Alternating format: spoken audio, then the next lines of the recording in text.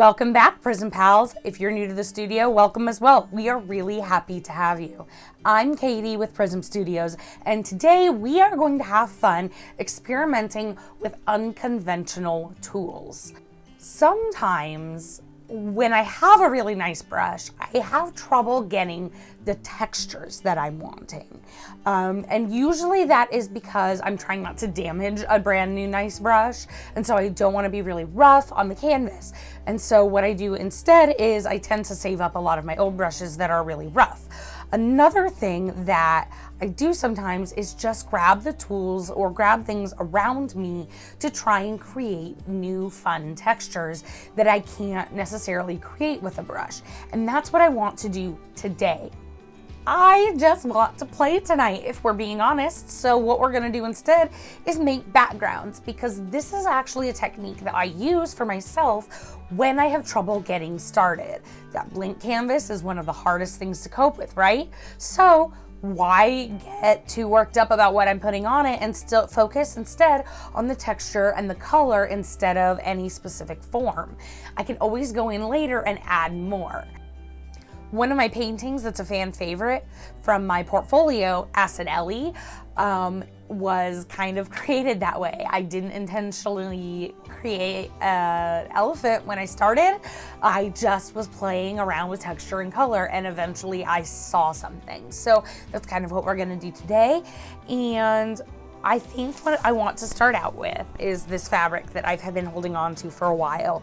It is this really nifty texture. I don't know if you can see it in the camera very well, but it's almost like fur, but it's this weird sort of silvery, shiny, like rubbery. It's very stretchy, but really soft on the back. I don't actually know what it is, but I have a bunch of it, so I cut a square off and I want to play with that.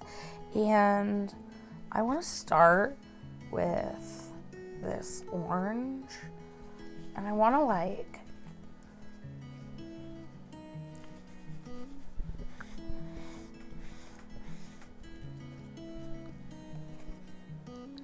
don't really get much of the pattern in it, but I do like sort of this texture that just so yeah, you can't see any of that fur pattern, but actually this is kind of fun with the fabric. I don't think other fabric would necessarily work the same way, because this is really, it's not absorbing the paint at all. Like one side is very fleecy, but the other side it's very much like rubbery. So I think that's really part of why it's not getting, but it is covering really well. So, I mean, that's kind of fun. I want to play with something else. Bubble wrap. I want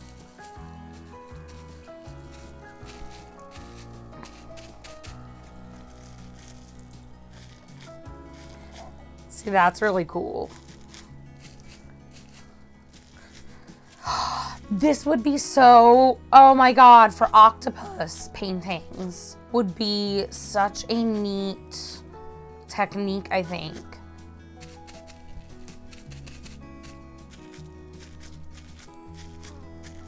Which who knows what this will turn into, so we'll see. I really like that. Let's try this with the feathers. I like, that could actually be really cool for doing like hair or something. That's,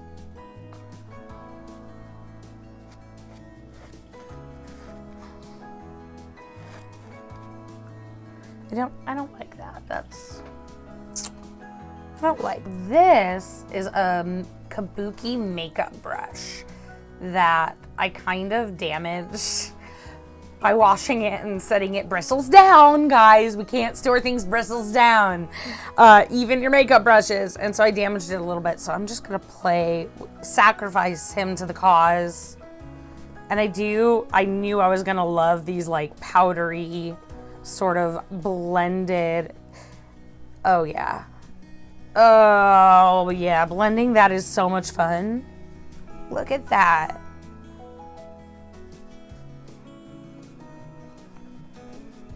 on some different sections of it and see kind of what happens with that. Because we're just experimenting. I have planned none of this. So this is as much of a surprise to me as you guys tonight. I don't know where we're gonna be going with this, but I'm pretty excited about it because some of these are really fun marks. I'm gonna have to play more with the bubble wrap because that's just spectacular. That's really fun. I wonder too, like what kind of textures. So I have a bit of like pool noodle that I cut up.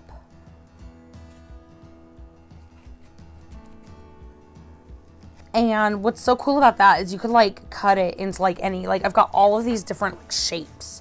And I didn't even cut it, I just ripped it. So I've got like a lot of really rough edge because I wanted it to, I wanted it to,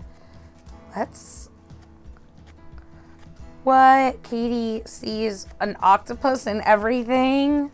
What? I'm not making it be an octopus. He just told me. Oh, but look at that texture though. So like this is picking this up and blending it in such a neat way. Oh wow.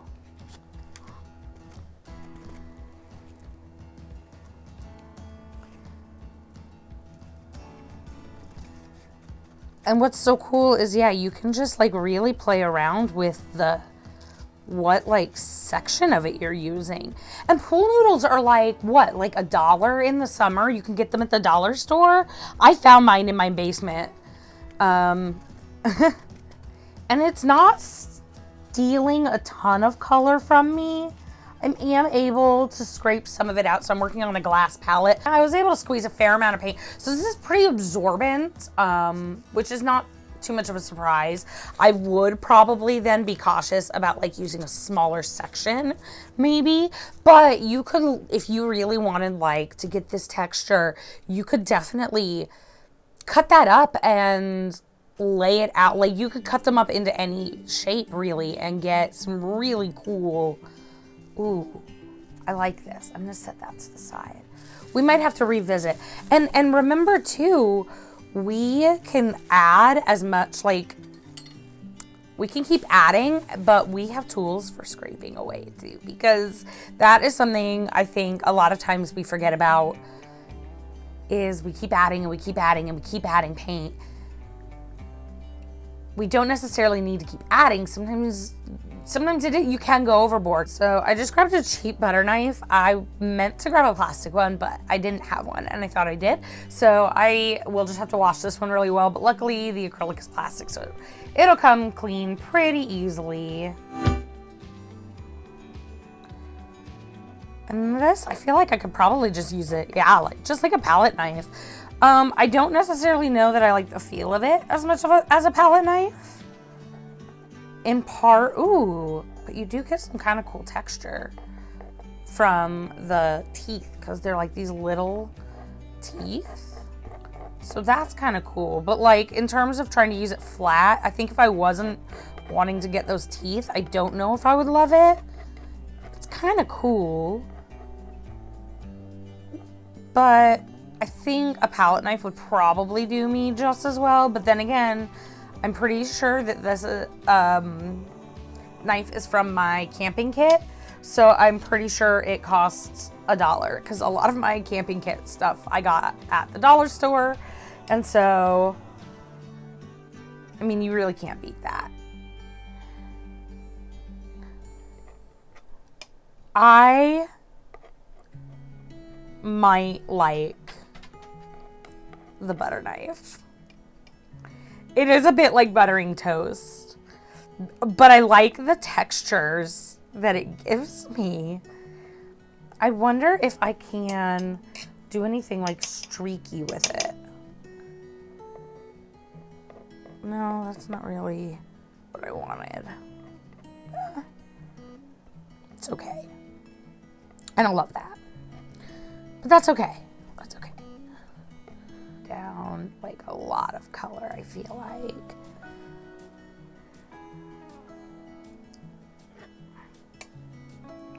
And this is really good for that.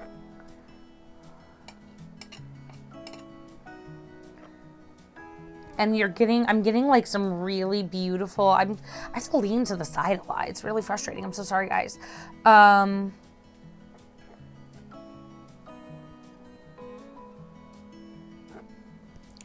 Oh, that is so cool. Like, look at that pattern. It's just so cool.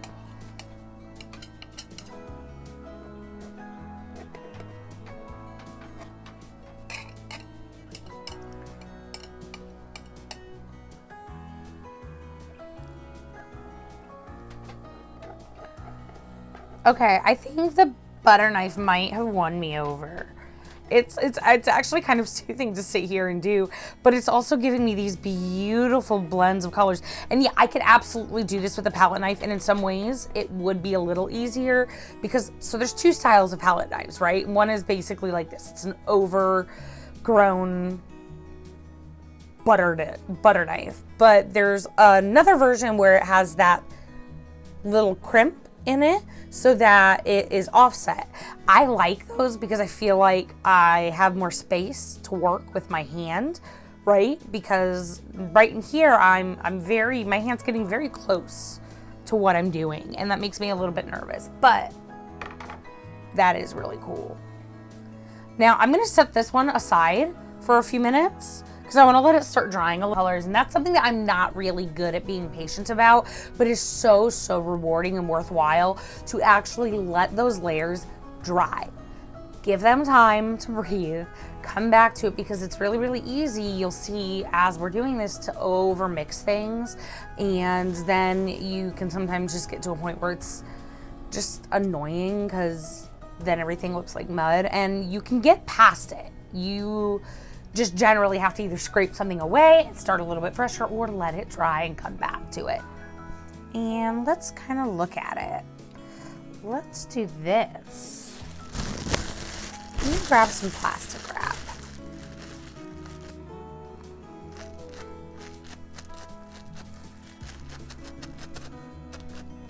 That's cool.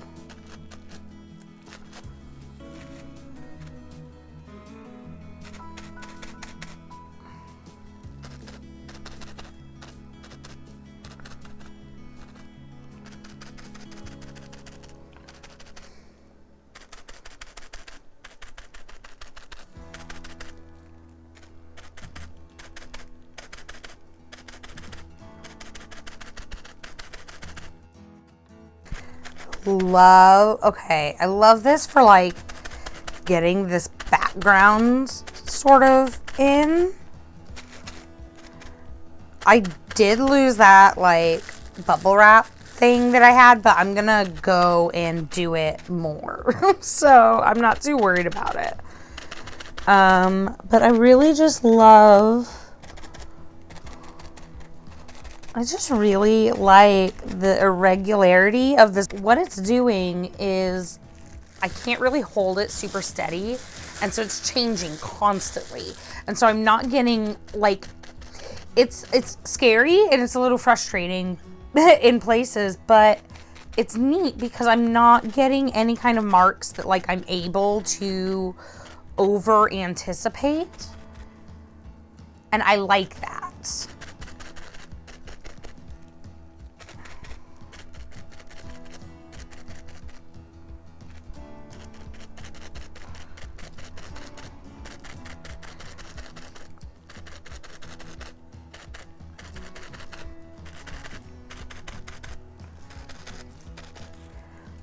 Go back to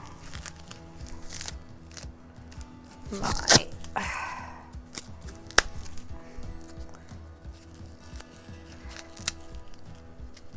okay, so I've got this pool noodle and I've kind of like torn it into this nice little wedge shape, and I feel like I'm gonna like using that.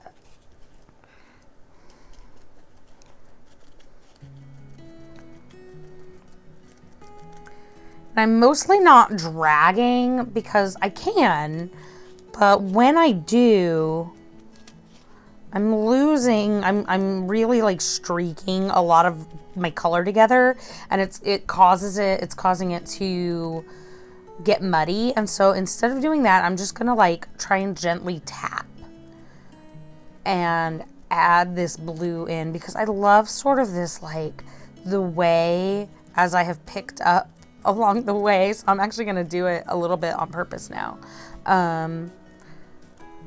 where there's just some other color kind of mixed in from the body there. I love that.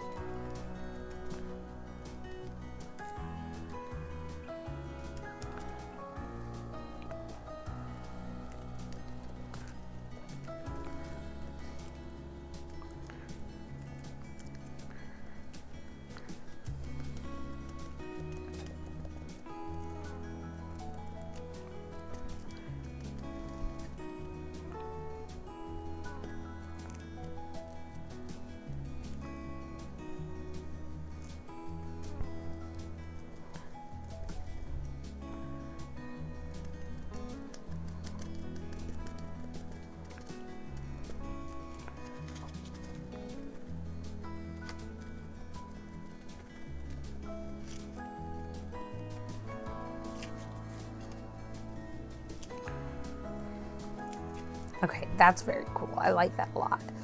Let's go back in.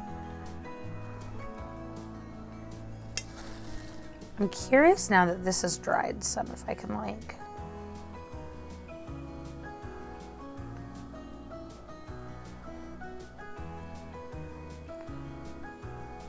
Yeah, I'll kind of scrape away at it a little bit more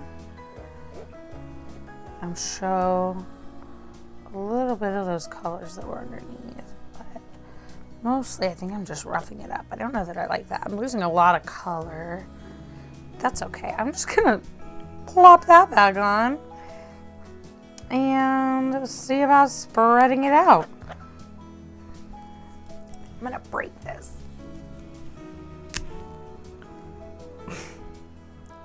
There. Now it's not in the way of my hand. But I don't like that any better. I think I just like the dabby things. It's weird because I do like using palette knives, but I guess I am kind of hesitant of them. They make me nervous for some reason that I can't really explain. I don't know. I guess they just feels like there's a lot of pressure with palette knives.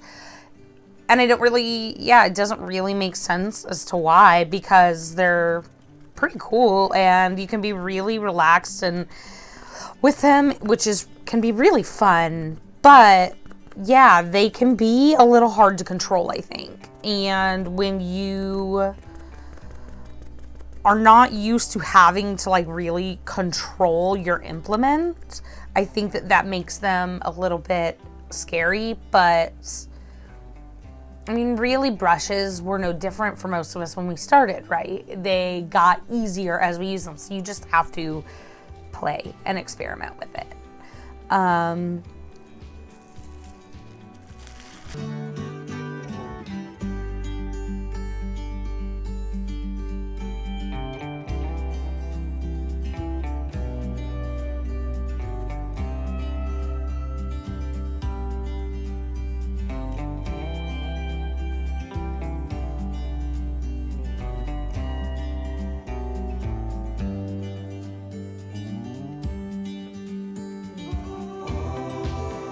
I just love the bubble wrap. I think I could paint with bubble wrap every day for the rest of my life. I think I could do that. I think I could do that and be happy.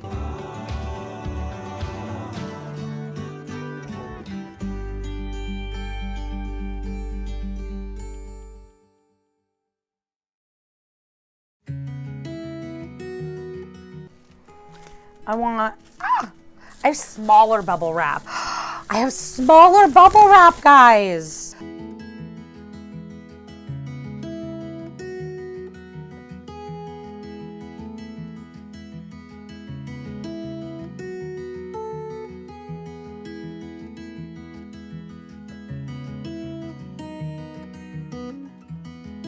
No, be brave. Sometimes it's hard to let yourself make mistakes. And I think that is, I know, one of my biggest fears when it comes to painting is I just don't want to make mistakes. But that's not really how it works. You have to make mistakes. Like, you're not gonna knock it out of the park every time you make art. That's kind of just this really unrealistic expectation to give yourself. And so what's so good about doing exercises like these is, yeah, these will probably maybe be nothing. One of them might turn into something really cool. And if none of them turn into anything, I did find at least, one tool, 2 or 3 tools so far that I'm enjoying. So I'm learning and I'm having fun when I'm not going into it with this intention of it has to be a masterpiece, because it doesn't. You know, it's important to give yourself the space to experiment when you're learning, and you're always learning.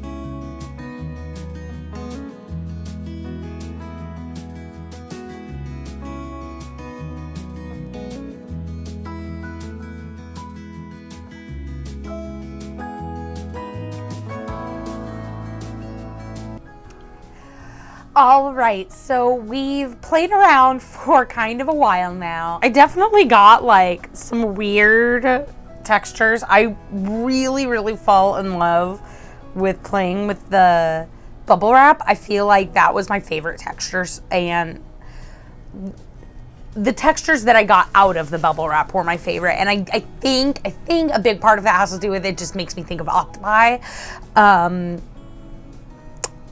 I really think that's the case. And so this one definitely is my favorite here, and I can't wait to finish it because I just love how the colors are going, and I love the weird octopus that's kind of starting. I kind of scraped out, because I totally last minute changed everything I was doing and scraped out this octopi on here because I really liked the colors and the textures, and I've looked at a lot of octopus pictures.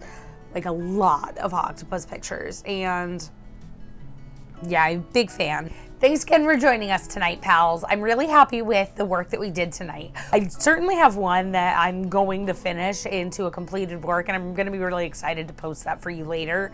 I will probably end up using some conventional tools on it, but the non-conventional tools that we just started playing with got me to a point where I have a piece now that I'm so excited to develop it. That sometimes just getting past those anxious barriers, getting paint on the canvas, getting a little bit messy, and just relaxing with what you're doing and not worrying so much about making it perfect. Don't forget, on Wednesday nights, we have our live stream from 7 to 9 p.m. And if you like the content that you're seeing here with us, please like and subscribe. That lets us know that we are doing good stuff and that we should keep doing that said good stuff. We will see you in the next one. Remember, art for all the time.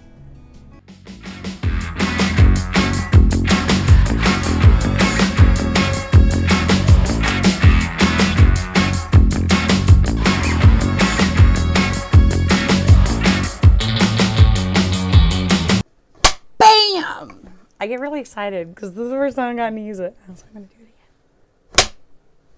Yeah. I'm really excited about that. Put your hand in it. No! It's fine. It'll be fine. No, it hurt. Coward. Just. It hurt like shit.